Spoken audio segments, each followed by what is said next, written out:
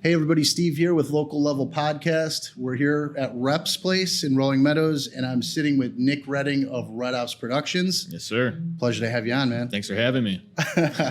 So you had a long day today. Where'd you just come from? I was just out in DC. What for? For work? Or? Yeah, for work. Yeah, we were filming one of my YouTube channels that I'm working on with a client of mine.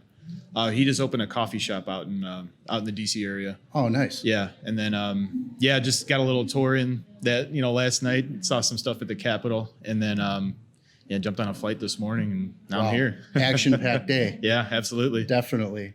So tell us a little bit about R3D Ops Productions. I know that you were a combat videographer. Yeah. So yep. I don't know where to start, man. Yeah. Well, okay. So I mean, there's a long history here of video in me. So when I was a kid, I got inspired by a lot of movies. I was really into movies when I was a kid.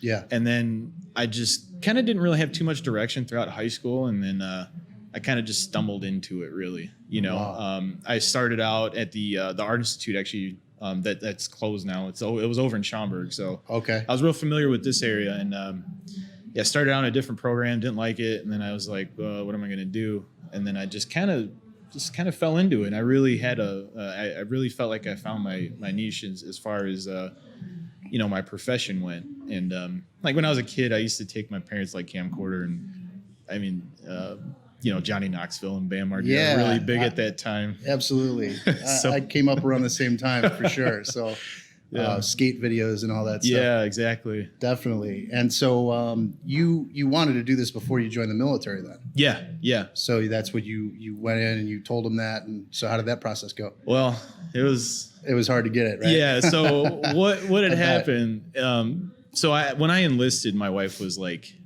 pregnant. Oh, wow. And at this time I was just like freelancing, so I didn't really have a job, so to say. So I was really trying my hardest to figure something out because I do like the idea of working for myself. Yeah, of course. And that's what motivated me. But then we found out my wife was pregnant with her first kid. It's time to really make something happen. Yeah, get time to grow up. Yeah. And so I went to the recruiter's office, told them my whole story, and they're like, "What's a combat camera guy?"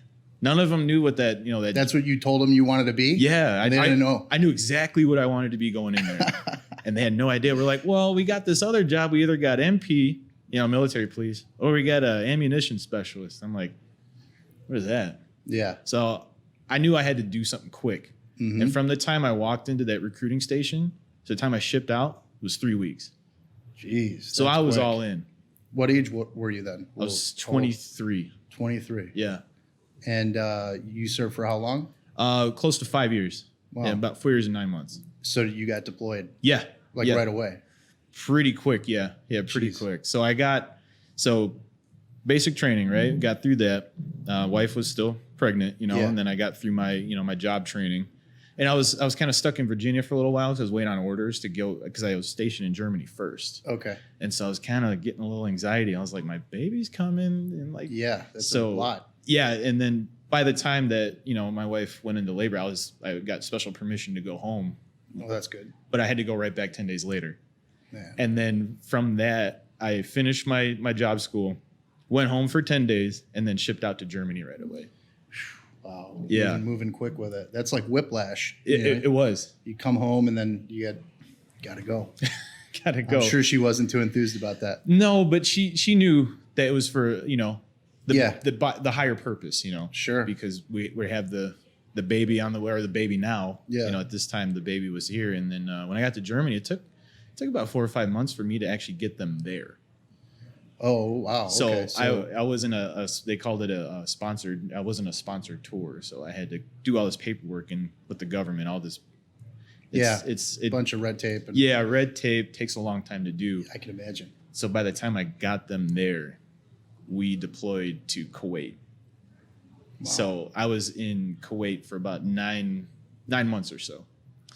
And this whole time, I didn't really get a chance to like hang out with my daughter. Yeah. And it's rough. A lot of guilt, I felt really guilty. And, when I came home, she was walking, kind of talking. She was a big kid already. Sure. So I missed out on a lot. And that weighs heavy on my shoulders because, I wanted to be really involved with my daughter. And I was like doing all this stuff that I thought was the right thing to do. Right. And then, so when I got home, well, Kuwait was interesting because this was 2014. This is like, nothing's really going on until, a group by the name of ISIS decided to get all crazy. Yeah.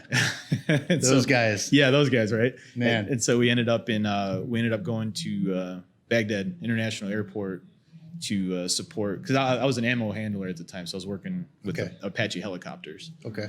And so, I was up there for about a month, came back home, it was just really busy time. Yeah. And then when I got home, it's kind of a funny thing. Someone found out that I went to school for film production. Okay. And they were like, we need some help in our public affairs shop for like the whole brigade. Very nice. And so the sergeant major of the brigade kind of made a drug deal with my unit. Oh, wow. And so I got over there, and that's how I kind of ended up in the combat photography ComCam world, because I had all this training and all this other stuff. They're like, why aren't you this job? Yeah. I'm like, dude, I tried really hard to get in. Yeah. The guy didn't even know what it was. I had no idea. And so I got there and just, I did some work. I did a lot of work for them, and they loved what I did. Sure. So they signed a memo saying that, the colonel, the Folberg colonel was like, I'm going to approve your job switch. And I didn't even have to go through the school. I didn't have to go through the schoolhouse because I had professional experience and then school. Wow. Well, that's really good luck right there. Oh man. Yeah, it was. Those pieces fell together pretty good for you. So that's awesome. I'm happy for you. Yeah. And that's great for a resume too. Yeah. And after you get out, that's an awesome story. Absolutely. So I'm sure you got a lot of action, running and gunning that way. Yeah. And so when I switched my jobs, I immediately went to Fort Bragg, North Carolina, and I was in 3rd PSYOP Battalion. So I was in like the special operations world, Yeah. without even being like a special ops qualified person. I was, a support guy. Wow. So I worked in the in a media, unit. So we helped produce stuff for the psychological operations people and special forces. That's a scary word. There's a lot of crazy things you probably can't talk about. There is a little bit of stuff I can't talk about. It'd be more interesting if you said, there's a lot of stuff.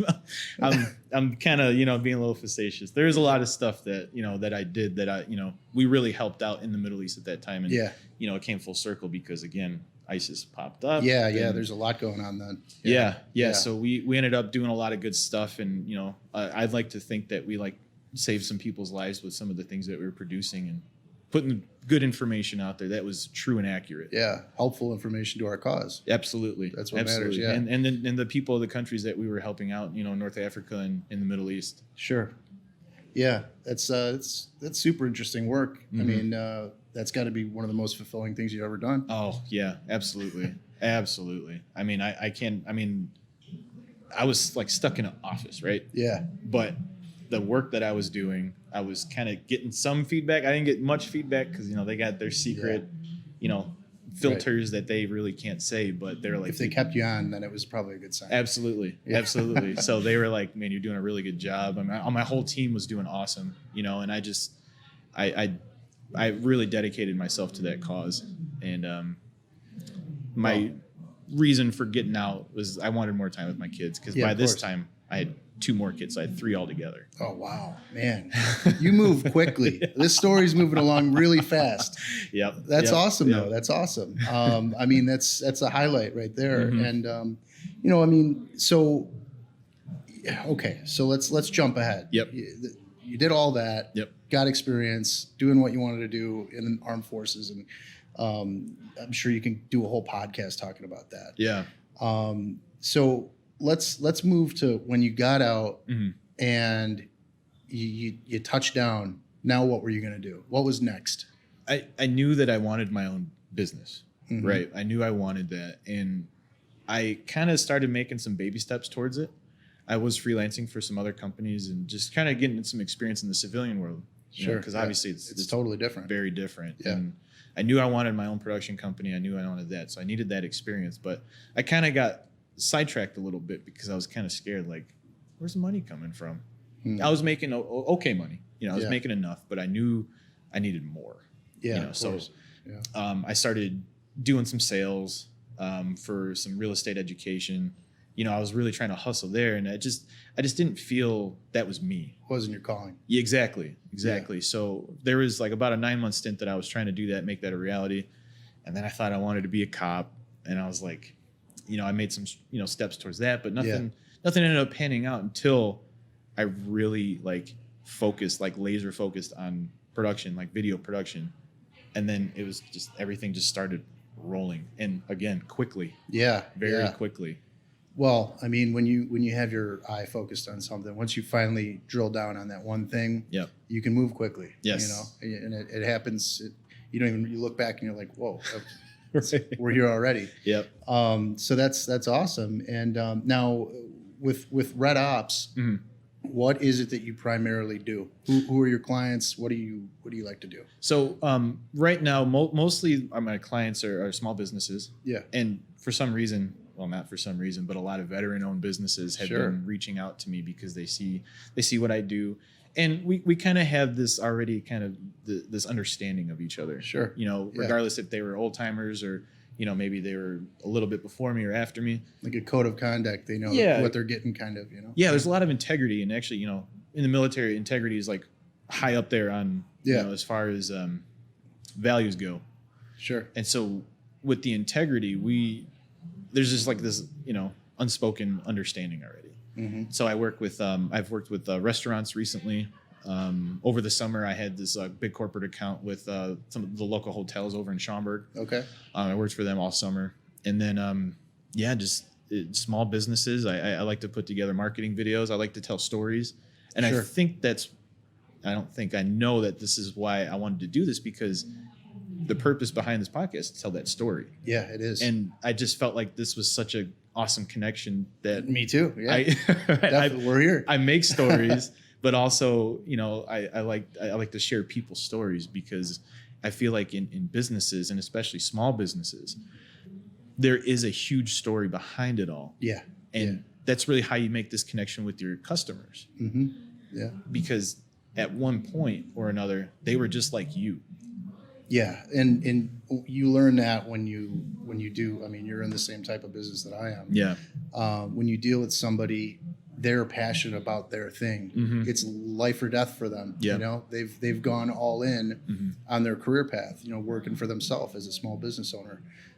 So there's that level of respect. Yeah. And when you deal with them, it's not easy to you have to.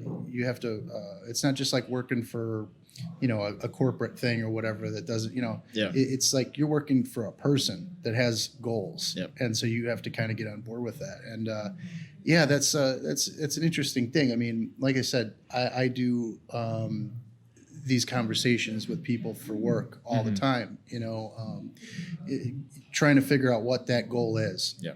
And that's why I'm doing this podcast, because I think it's helpful to kind of highlight that and show people, because everybody does have a serious story. Everybody has one bestseller, they say, or one Oscar-winning role, which is their life. Yep. So documenting that is so important, and I definitely get where you're coming from on that. Mm-hmm. And now. Moving from the military to starting your own thing, obviously doing freelancing, you pick up little surprises and little things along the way each time. What are some of the biggest surprises that you've dealt with since you've gone into business for yourself? The amount of work. Yeah. Because me used to freelancing, it'd be one-off jobs, right?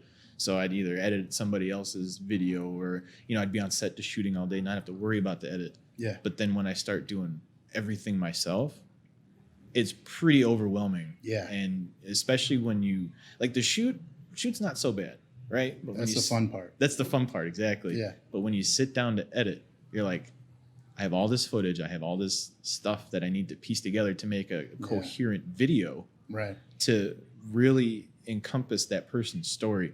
And that's I feel like that's the hardest part. That's where the most energy and work is done. And my wife just, like, after a full day of editing, she looks at me, she's like, are you okay? And I'm like, I'm fine.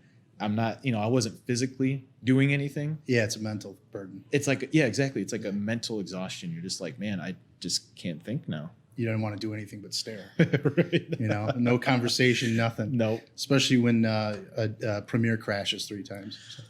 Been dealing with that a lot lately. Yeah. Oh man. Geez. So it's putting together the editing process. What's your workflow on that? How do you do this? Do you take breaks? Do you go out, film one day?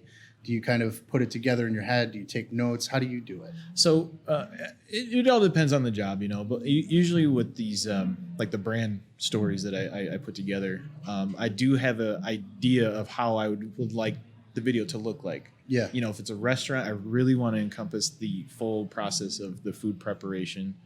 I worked with a barbecue place way up in Hebron. It's like right on the border of Wisconsin. It's like 20 minutes from Lake Geneva. It's called Beaner's Mexican Barbecue. Okay. It's very, very good. Don't let the name throw you off, but it's really good.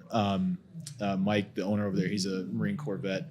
But that's a unique thing to have Mexican fusion with barbecue. Yeah. So there's a lot of stuff that I had to figure out in my own head that of what I wanted to capture. So there is some planning that goes on, storyboarding and, trying to do the right filmmaking process. Mm-hmm. And then sitting down, it's almost like I black out in a weird way. Like I kind of just let my feelings and my gut instinct, dictate what I put together in the timeline. And then it just ends up working. Well, that's good when it ends up working. Exactly. What are some of the times where you struck out? Ooh, man. Times I've struck out. Sales, closing business. Yeah. Well, sometimes people mistake burnout for strikeout. I guess it's the same thing. Yeah. But, I did sales for a long time, and it's easy to kind of go through the motions and make money, and it's great when you're making money and whatever. But you're pushing a boulder up a hill constantly. Exactly. And it's just it's not fulfilling because you don't get a product at the end. Yeah. You just now you got to do it again. Right. So that's I get it. I mean, people that are in creative fields, that's not the right type of work.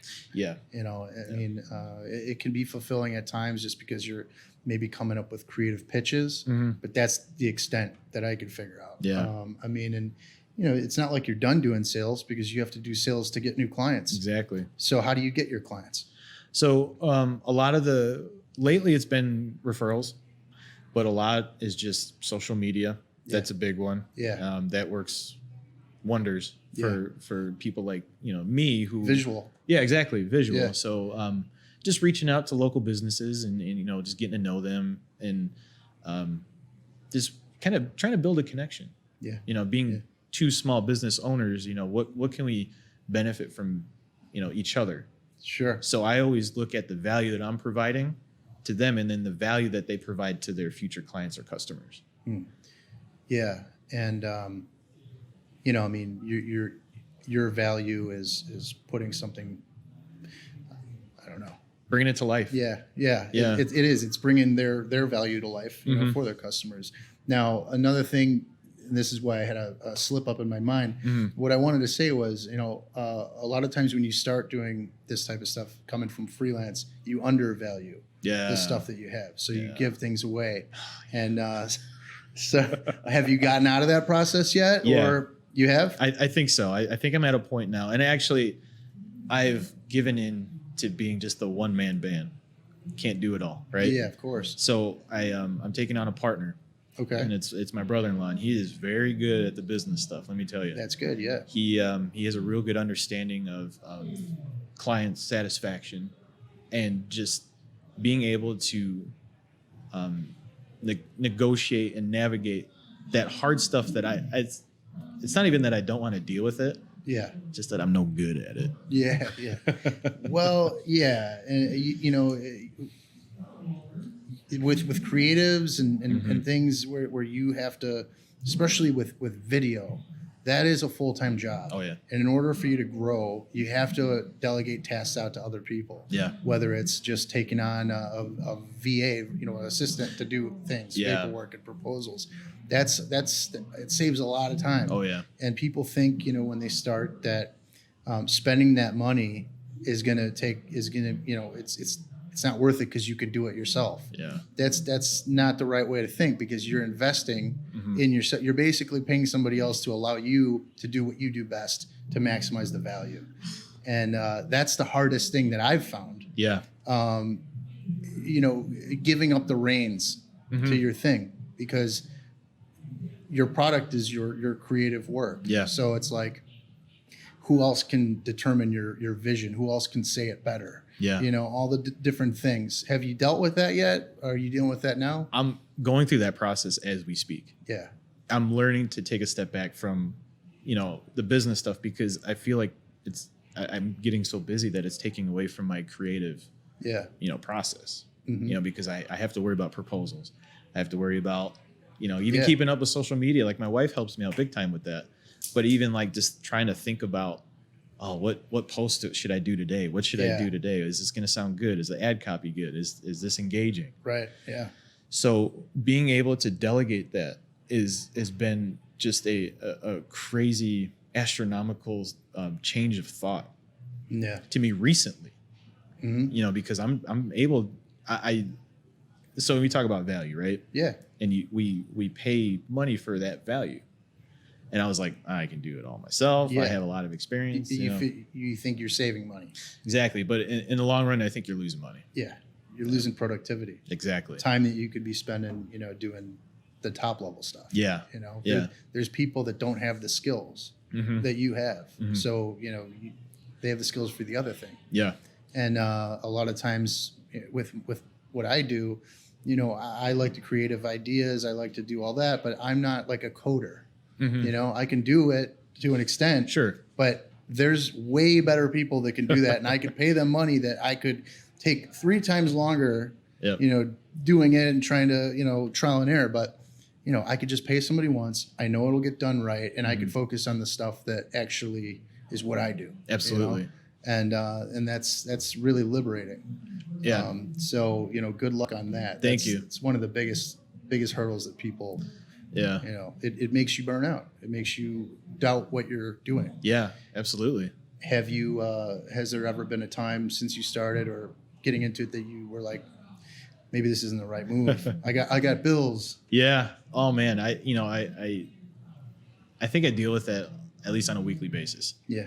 But I know perseverance is only going to make the end result that much better. Yeah. Yeah. You know, staying the course, discipline, staying disciplined in thought. Like I listen to this guy all the time, Jocko Willink. He's a Navy SEAL. Yeah. I love listening to his stuff because it keeps me on that path, the path that I've already set for myself. And if I keep deviating away from that path, it's only going to prolong the inevitable. Yeah. Because I know if I would have ended up being a cop, you know, how long would I have done that before I'm like, oh, this ain't for me. It's not the thing. You know? Yeah. And so I've learned this through that process of getting off the war, you know, he calls it the war path, you know? Yeah, yeah. And that's so relatable, you know? Yeah, so, and I'm familiar. Yeah, and I really like what he has to say. But anyway, just staying down that path, staying disciplined in that end result, that end goal. Like, where do you want to see yourself at that end goal? Yeah. So where do you want to see yourself? I mean, where are you going to be in 5 years? 5 years, I'd really like to start doing movies. Doing movies? Yeah. Like maybe not like necessarily big Hollywood movies, because as we all know, there's like the gate, you know, the Hollywood gate. That's not completely up to you. Yeah, exactly. You know? So it's like that's kind of, you know, you gotta pay to play. Yeah. With that stuff. But I mean, everybody has to have goals with that. And absolutely. So what do you have you looked into the steps that you have to take to make that happen? Yeah, and right now I'm in this building stage, right? So Yeah. I'm building up with, you know, working locally, and, you know, even if I get stuff out of state, that's all gonna help build that goal to the movies. Like I really want to create independent movies. So what you mean is do you want to film them, or do you want to edit them? What do you? I would just kind of like to see the whole. You want to just process. get in it. Yeah, somehow. exactly. And I really like to see stuff that I've thought of or come up with, and tell stories of the stuff that I'd like to see done. So what would be like your you know, moonshot? What's your dream goal, dream job? I guess specifically. I would say directing, producing, movies about like military stories. Okay. And the reason why I say that is because we watch these military movies, and I give all respect to the world, somebody who ever makes a movie, Yeah. even period. if it flops, because there's so much work that goes Yeah. into it. It's just, unfortunately, there's so many inaccuracies that we see in military movies nowadays. Mm-hmm. And I don't want to say it's disrespectful to service members, but it could be done in such a more informative way. Sure. And I don't know if it's going to be like nonfiction, fiction, you know, like where am I going to run with this? I'd really like to stick with the nonfiction. I really want to tell the real stories of these people because, you know, being in DC yesterday, you know, we drove by just, you know, Arlington Cemetery, and you just sure. see all the headstones. It's just ridiculous how long it goes for. Yeah. And I think about that. I'm like, every little headstone has a story to tell. Absolutely. And, you know, what I'd really like to do, my grandfather on my dad's side, he fought in Korea, and there was the series of events that happened over there. And I just like, man, that needs to be told. Yeah. To understand, you know, what these military members have gone to go through. Yeah. Those are, I mean, every single one of those headstones is an amazing story. Yeah. And it's like it's almost a daunting task to even try to take it on. Yeah. You know, do it justice, a real person. Exactly. So you're thinking more documentary filmmaking then? Yeah, documentary. I don't know if you're familiar with that Medal of Honor series on Netflix. I haven't seen it. Yeah, yet. it's really good. So what they do is, you know, they'll have interviews of the you know, the service members, you know, families or friends, people who served with them, and then they have like a you know, reproduction of the events that happened. Okay. And so what I'd really like to do is that part, the reproduction of the stories. sure. You know, really show where these men and women are from. Yeah, it's rare because, you know, so, I mean, it's like a whole life in itself, doing a film, you know, getting to the point where you can do those films. Yeah. But then you have to have the background experience too to know the subject matter. Exactly. And put it in the right, you know, light. So, I mean, whenever you see somebody that's kind of attempted that, yeah, you get the ones where it's like unlimited ammo and nobody gets hit. But, you know, what are some examples of films that you think maybe got it right? I would have to say Lone Survivor did an awesome job because they actually had the guy as a military advisor on the movie. Yeah. You know, and I know that's not going to be possible for everything, but they took the proper steps to make that right. Mm-hmm. And I think American Sniper also did something very similar. Yeah, to where they had like I think for American Sniper they actually had like the real people, some of the real people. Yeah, some people who were part of his team. Yeah. And actually, speaking of SEALs, you know, Jocko Willing, Chris Kyle was on not necessarily his team, but in his unit. Yeah. So Jocko was the leader in that point. So Yeah, right. That's right. I just heard him talking about that. and Yeah. it's just, but now, you know, we live in a time where, you know, I grew up around the war. Iraq was going on since I was in high school. Yeah. So we have the ability to have these people around who were actually there to kind of help us along this process. Mm-hmm. So as far as like older, you know, wartime stuff, that's going to be more challenging, but that's kind of the stuff I want to tackle. Okay. There's stuff, and I know there's been talks about this movie coming up, but the Harlem Hellfighters, I might be butchering that name, but it was a unit of all African American males back in World War I. Oh yeah, sure. And there was a comic book, a graphic novel about it. I'm like, that would be amazing as a movie because that story needs to be told. Do you think that there's like, you know, a lot of times now, I mean, just with social media and just with like the ability to create, like what we're doing right now. Yeah. You know, there's nobody telling us what we can and can't do. Exactly. So do you think that there's a spot for you to just start creating shorter clips and, you know, show things off to the right people? If you can do it a few times and show it to the right people, then people will get involved with that stuff. Yeah. I mean, what have you thought about doing to kind of actually take steps to get into it? Like, I mean, even putting, like you said, little independent productions, maybe not even 10 minutes. Yeah. You know, putting that together and showing what myself and my team are capable of doing. And like you said, get in front of the right people, like, creating stuff like that obviously costs money. Yeah. There's a lot of financial stuff that's involved, but I tread lightly around that because you got to really find the right people you want to work with. Yeah. Because there is some oversight that they would want to have because, they're putting the money up. Right. And that's the struggle, when you have people paying you money to get things done, then, now it's their thing. Right. So it's like, that's why we led with, it's not completely up to you. Yep. But I think that for anybody that's been in the service and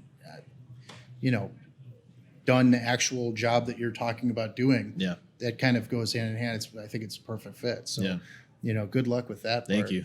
I don't need a lot of it. Yeah, but it's a lot of luck. Yeah. But it's definitely something that's possible. For sure. So, with your business now, what would you say is your best work so far? Let's just start there. Oh, best work so far. I'd have to say the brand story videos that I put together, because I feel like I have an eye for people's stories, like their origin stories. If you want to use comic book terms, but I feel like I'm able to piece together in a fashion that really is engaging and genuine. People's stories, because actually working with the Mexican barbecue place, I actually had a chance to talk with some people who went into the restaurant because of that video. Oh, nice. Very nice. There's not a lot of opportunities that I would have to do that. Yeah. And so that I pays was off a lot. Absolutely. So I was able to ask them questions like, where'd you see the video? Yeah. Oh, we saw it here. What'd you think about it? And I didn't tell them, hey, I made this. I wanted a true, unbiased, opinion about it. And one of the things that said was, genuine. The content came out very genuine. And that's really what I want to, put out there, is people genuinely speaking about their story and where they're at now and where they want to be. So tell me a little bit about this video, okay? And obviously we'll put a link to it. Is that possible? Yeah. Oh, yeah. Okay. So we'll do that. But tell me a little bit about it. So what was the planning process? How did you get the idea of the direction you were going to go? How did you put it together? How long did it take? And, how much input did you get from the actual client? Okay. So from the beginning, when, Mike and I spoke, I really just went up there for a couple hours, got to know Mike himself, like just speaking, talking, asking questions. I ask a lot of questions because you have to. I want to know exactly who they are and where they're coming from and where they want to be. Yeah. And then I see how their operations work. I see what goes on behind the scenes. I see all the work that goes in. Mm-hmm. And then from that point, I come up with, because I'm a very visual thinker. Sure. So I'm like, what would look really good to put in this? Because I want to know that what the client sees is the most important thing. So I could have a certain view of what I think, but that could be different from what the client thinks. So that's where my wife comes in, because she kind of helps. Like she can, she comes in with a different perspective. She's like, I like this, I don't like this, and I'm like, gotcha. Because sometimes it might be hard. Yeah, it's really hard. It's really hard though to take criticism. Mm-hmm. How do you deal with that? Constructively. Yeah. Whether it's good or bad. Yeah. I always take it with an unbiased look in myself, an objective look in myself. Yeah. Because I have to take a step back from my biases towards my own work. Of course. Because, I don't think my work is the best work that can possibly out there, because that's impossible. I don't have that kind of money. Yeah. And I can always improve, always learn.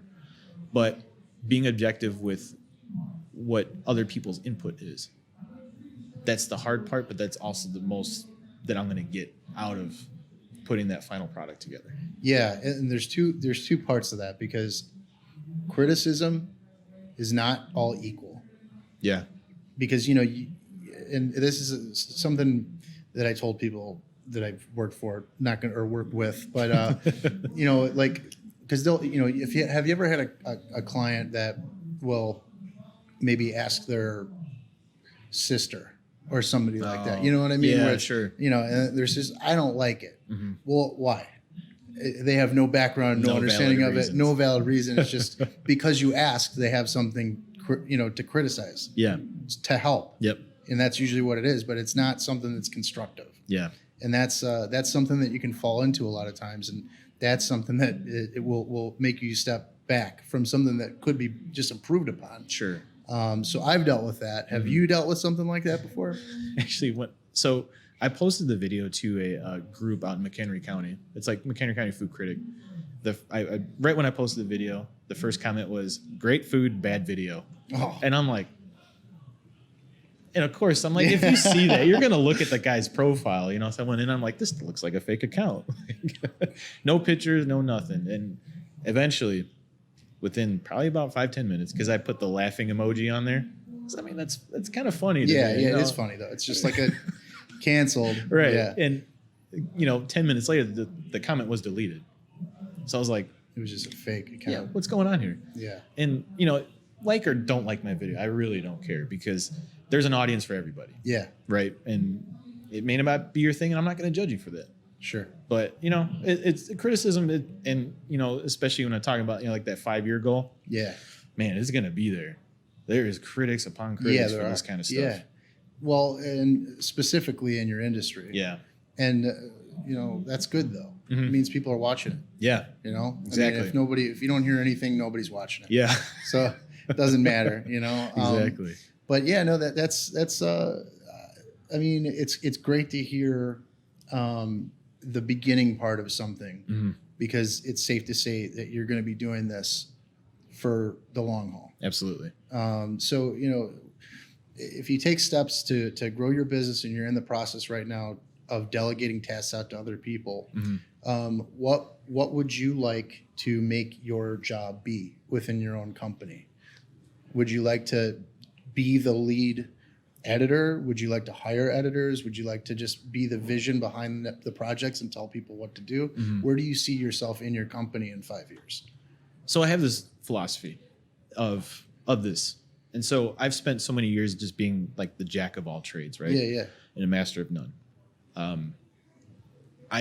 If I see somebody that let's say I'm looking for another, a second shooter or an editor, I see their work, I will trust that person completely, 100% trust in them that they'll deliver on the product. So oversight, all that stuff, micromanaging, it's not me.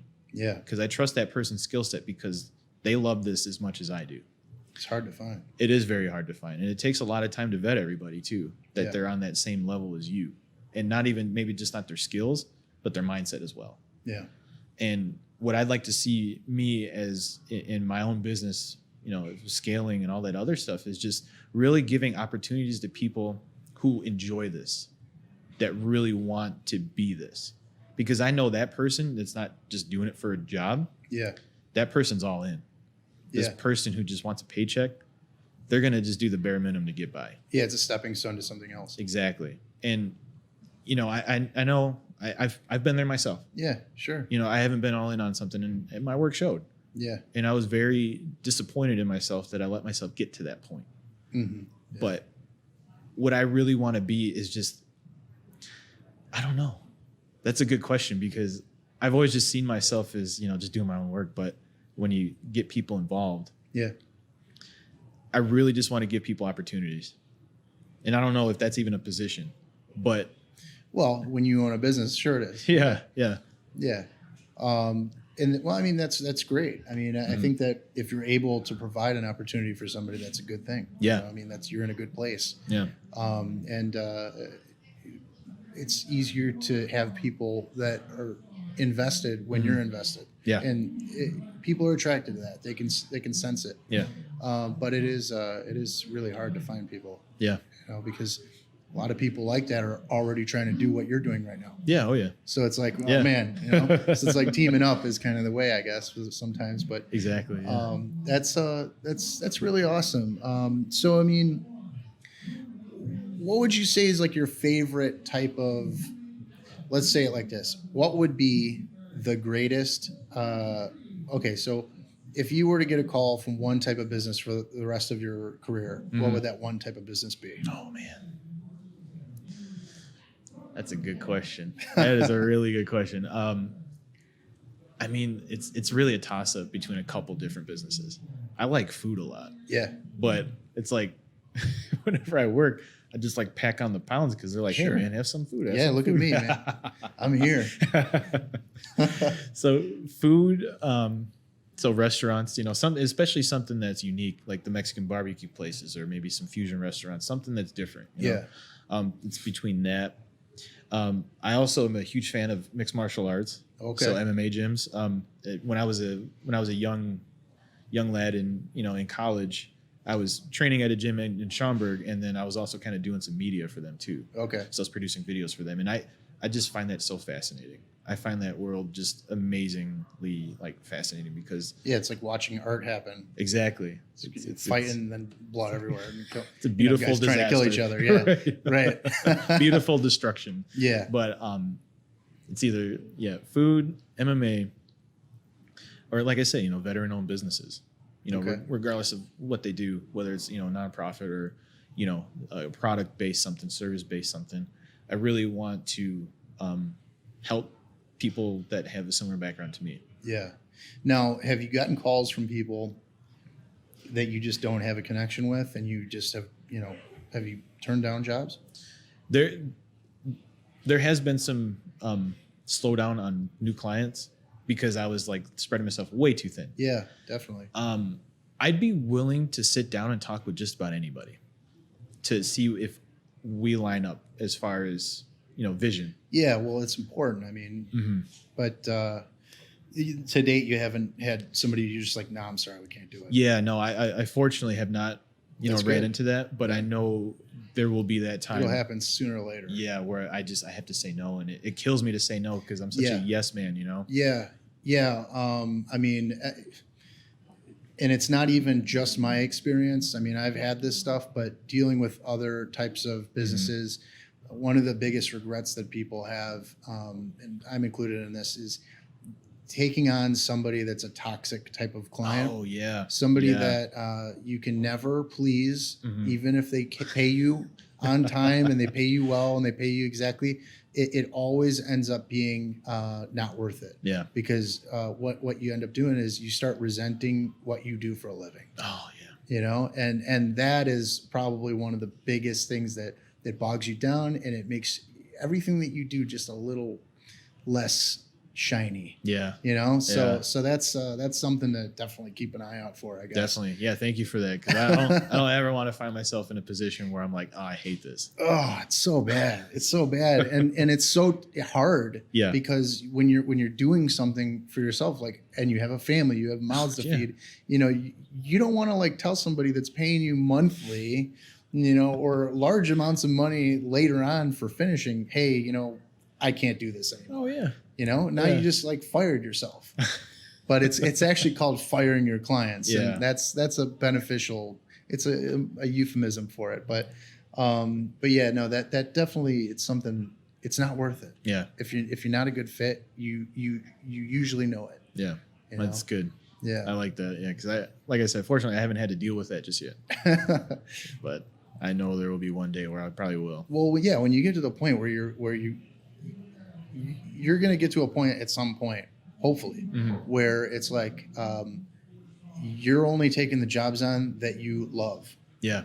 And you don't have time for this other stuff, but maybe you have another friend or something that you can pass them off on to, exactly. So that's, but no, I love talking with people that are kind of in the same type of industry, because talking shop with this type of stuff is really interesting. And it's something, especially for the listeners, if you ever, for anybody that's running a business, these things are applicable to other parts of what you're doing. It's like, there's people that have never experienced what I'm talking about right there, and there's people that are screaming at their phone right now, and they're saying, "Yeah, you're totally right," Yes. and they're bald because of it. So hopefully that's helpful to people. So how do you what would you say is your technique for capturing genuine reactions and emotion in the videos that you do? Exactly what we're doing right now. Asking the right questions. really doing that due diligence of asking the preliminary questions, getting to know these people, getting to know the business owner, and then making sure that you have the correct questions to ask. Yeah. Because a lot of the time when I'm conducting interviews, they're like, hold on a second, I got to think about that. That's a good question, And that's what I'm trying to capture, because I'll ask questions that really make people think. And I know it's hard because the lights are on them and they're just like a lot of pressure, but I really try to make them feel relaxed and make it more conversational than like a conducted interview. So just asking the right questions. Yeah, and it's difficult sometimes. Oh, yeah. I mean, this one, I would never come here and waste your time and not have something written down, even if I don't look at it. I need it there just because it's not fair to you. I see. But it's like, asking the right questions is important. And a lot of times you don't find out what the right questions are until you start talking. Yeah. But how do you, in that back and forth, because it's a very intimate thing when you're behind the camera and you're kind of directing somebody to do something. Yeah. How do you navigate that relationship? Some people are very squeamish or weird about being in the camera, or the lights are freaking them out, like you said, or they're just nervous people in general. Yeah. How do you deal with that? I think that naturally, I have a way of getting people to open up to me, and going back to the military, during basic training, my bed was like the therapy area for some reason. So if guys were getting letters from home about their, girlfriends or something like that, they come up to me like, they're like, Redding, what do I do? I'm like, I don't know what to do, but I'll talk to them. Yeah. And maybe I'll kind of help them come up with a solution. Yeah. And people just naturally are like comfortable around opening up to me. So I think maybe that has something to do with it, just like that natural ability that I have. Mm-hmm. But also, if they need a break or something to just kind of cool the nerves, I'm like, go ahead. Yeah. I got all day. I'm here for you. And I'm on your time block. So, even if I got to come back another day, I will. It helps when you're getting paid hourly too. Oh yeah. Charging by the hour. Right. but no, that's very true though. I mean, I think that it's all, a lot of it is well, some of it is just natural ability, but a lot of it is just being real. Yeah, exactly. And if your goal is to get real, you have to give real. Mm-hmm. So that's, like what we're doing right now. I'm talking to you just like a normal thing. We're doing something completely pretty similar. I would say. But so I asked you a few of these different things that I had at the end here, but what do you enjoy most about what you do, just in general? I like the fact that I can help people, because when I'm able to get whatever they have in front of people that could potentially, go and buy their service, product, whatever, the fact that I'm helping these business owners out, create more business for them to prosper, that makes me feel so good, because I like to see people grow. I like to see people succeed. Yeah. And that's a huge motivating factor to me, because it's not, obviously it's my business, it's how I feed my kids, it's how I pay for the house. Yeah. But on top of all that, seeing people succeed just brings this awesome just feeling to me that I've impacted somebody's life. Yeah. And I've always kind of been like that. I've always liked to really see people grow. And especially if somebody's having like maybe some personal issues or something like that, if they're, or if they just like need a ride somewhere. Yeah. I got you. I like to help. Yeah. And now another thing that people do in this type of line of work, being the owner of your own thing. Yeah. What do you do to take care of yourself? Take care of myself. For a while, I was very regular with being active, like working out and just kind of being active. I've kind of, gotten away from that a little bit. I'm really trying to get back into it because it makes me feel good. There's some physiological stuff that you get to. Oh yeah, sure. Taking care of myself. I like spending time with my kids, learning new things. I like to learn new things, whether it be how to build something or, maybe learning a new dish at home, all that stuff that's like me time. Yeah. You know? Is that what grounds you? Yeah. Oh yeah. Yeah. Like cooking, building, you know, and teaching my kids new things, Yeah. new experiences. Yeah. I'm very similar with that. Yeah. Mm-hmm. You got to have other passions, other things that you enjoy doing. Yep. To kind of, you can't just focus at one thing Yeah. constantly. It's crazy. You drive yourself nuts. But in a parallel universe, what would be another profession that you would do? I think probably working with my hands. Okay. My dad, he did tile for a really long time. He had his own business a while ago when I was really young. Okay.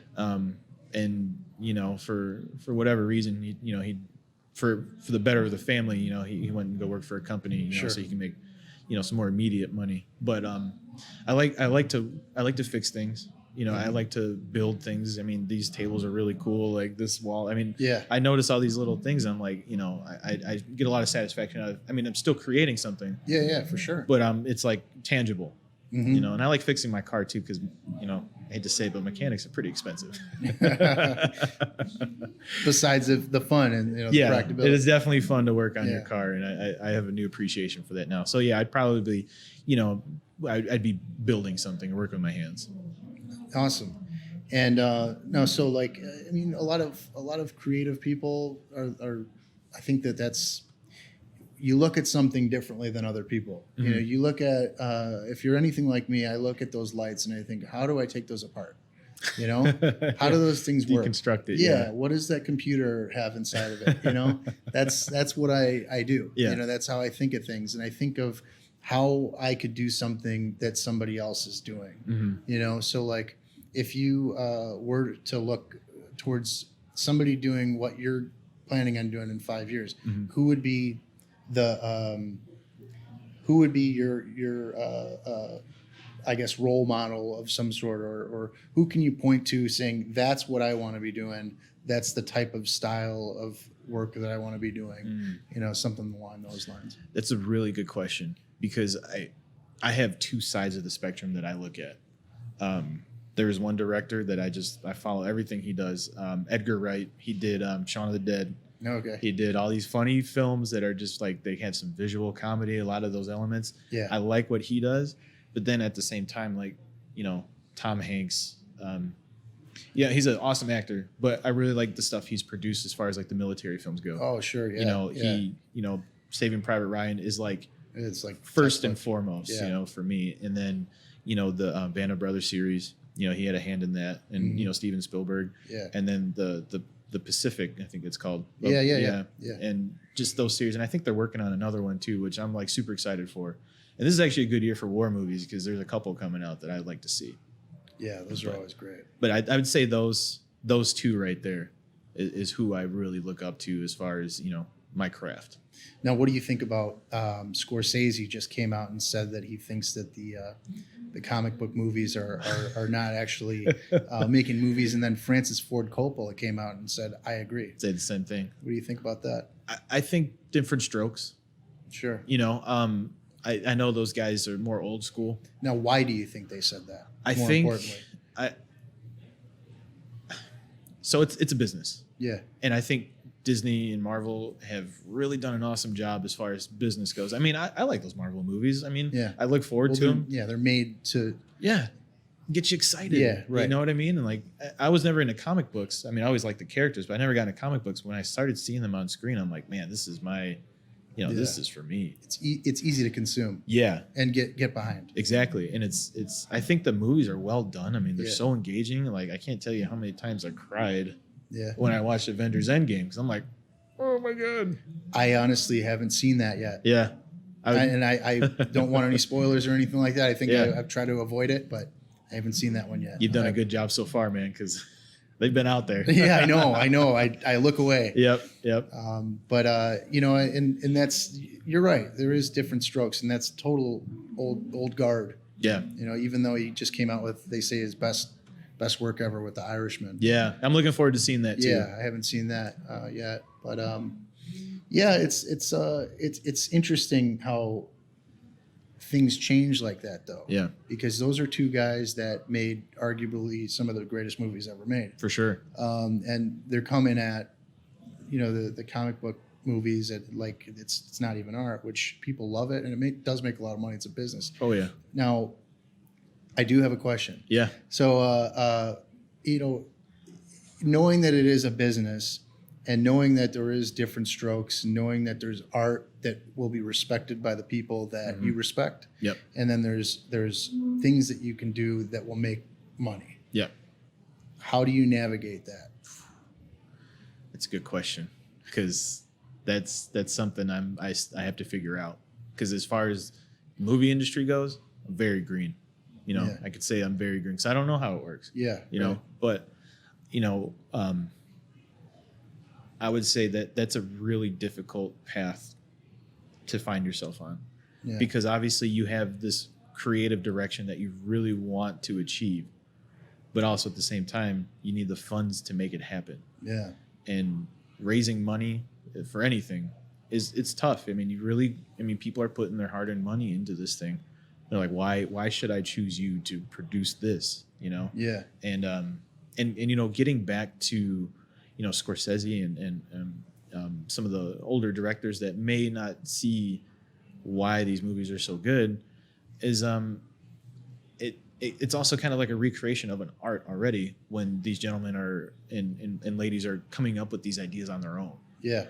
So they might feel like it's a adaptation of a kid's book or something. Like a lot of films are adaptations, but I think with those two gentlemen, they've, correct me if I'm wrong, but I feel like they've come up with all this stuff on their own, or it worked with writers, or something like that. Like an original idea. And I think that's probably why they're saying that movies are trash, because they're not original, right? They're just like big, flashy visual effects, all this stuff going on. But on the other side of it, we're seeing stuff now that we don't have in our real world. Yeah, you actually touched on a really good point that I'm curious to see what you think. Because it's arguable that it's actually harder to recreate something that's been done before in a good way. Yeah.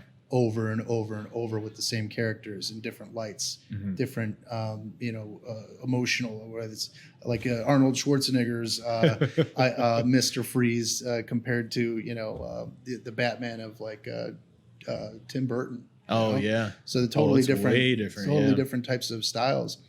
Do you think that, what are your thoughts on that? I mean, because like you're actually on a smaller level, if your dream client is doing food videos, okay, that has been done before a million times. How do you do it in a way that's better? And how does that relate to somebody doing a comic book movie over and over? You know what I mean? It's like, it's kind of like in the same. Yeah. I think that. What's that it factor that makes that possible? That secret sauce, right? Yeah, right. Man, I just think the emotional connection you can make with your audience.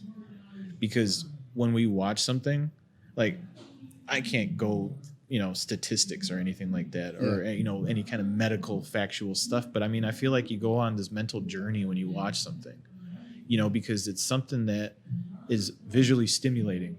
It may not be here. You can't actually touch the food. You can't actually fight alongside Iron Man or whatever. Yeah. But you can put yourself in a place where you almost feel like you're there. Yeah. Yeah. It's that emotional connection that you have with the screen. And I feel like whenever I watch a movie, it's just heightened.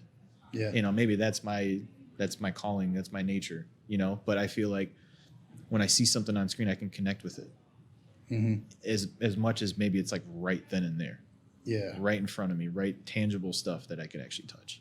So when it's food. Yeah. It's hopefully you're like, I wish I could touch that. So what you did works. Exactly. Like I want to eat that at this place because the food looks amazing. Hopefully the video puts them there. Yeah. Right, and that's the goal. Yeah. So that's good. That's I mean, I could talk about movies and stuff with you all day. Oh, me too. I know. I don't even know how long we've been going. I think we've been going for about an hour. Awesome. But okay, so let's talk about your promo. Plug everything. Oh, plug everything. Okay. Do you want me to look at the camera? Do you want me to? You can look wherever you want. Okay. Just give them the information. All right. So you can find me at R3D Ops Productions.com. You can find me on Facebook. You could just search me on Facebook for that. Instagram. I have a YouTube channel that I do with my kids called the Scrambled Life. It's about family, food, and fun. I also am working on collaborating with a friend of mine. It's called Intentional Wealth. It's all about entrepreneurship. And this is like my elevator pitch for that channel. Do it. This gentleman has spent thousands of dollars on education as far as business and finances, and he is going to just bring it to you for free. So I would check it out. Intentional Boom. Wealth on YouTube. We're going to be premiering it October 31st. So keep your eyes out for that. Yeah, that's that's interesting. So you're getting into that. How did you decide that you wanted to do that? Oh, with the intentional wealth. Yeah. So my friend, he's a Navy veteran. He approached me about this. We had met through the real estate investing world, and he had this idea that he's like, I mean, value is at the forefront of his business. Like, what can I do to provide value for everybody? Yeah. And with business, there is I don't want to say there's secrets. There's just things that maybe we don't know that aren't there's just lessons. Just exactly. There's things stories. Yeah, stories, lessons, and he's just like, everybody needs to know this stuff. Whether you want to be a business owner or not, you can benefit from it in every aspect of your life. Yeah, that's what we do with the Boss to Boss podcast. It's the podcast version. Miro, my partner, he interviews entrepreneurs of all different walks. And, they basically, some of them have courses, some of them have spent thousands and thousands of dollars, like you said, on courses. We actually just went to 10X GrowthCon in Miami, cool.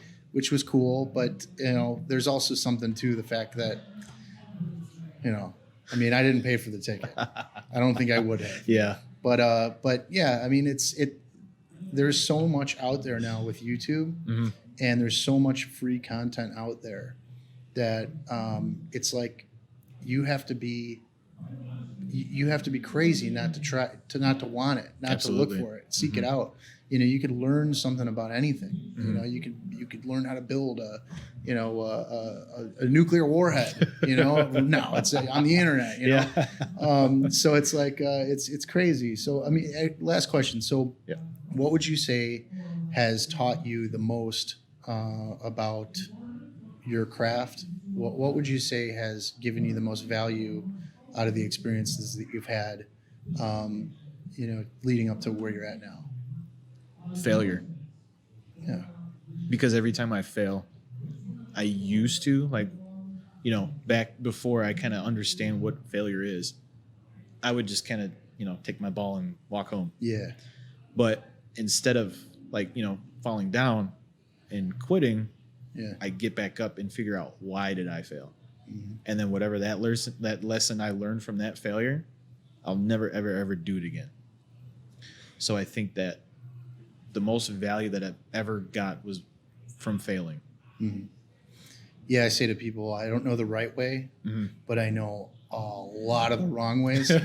so it helps me a little bit. Yep. Gives you a little bit of an edge. Yep. But failure definitely is a motivator, and it's a lesson maker. Absolutely. But Nick, it's awesome to have you on, man. Thank we could you go for having on. me. I'll have you on again. Absolutely. To talk about the other things that you're doing. But so everybody, check them out. It's Nick Redding, Red Ops Production.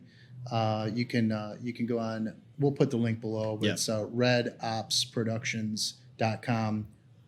R3D. I had to be that guy. You did it. I know. That's why we have the link below. Yep. So you guys check them out. Check out all the work, and definitely want to get the link for the best work that you ever did with the. Oh. Yeah. So we'll put that down there too. Cool. Awesome, guys. Well, thanks a lot for listening, and we'll see you again soon. Bye. Cool. Thank you, brother.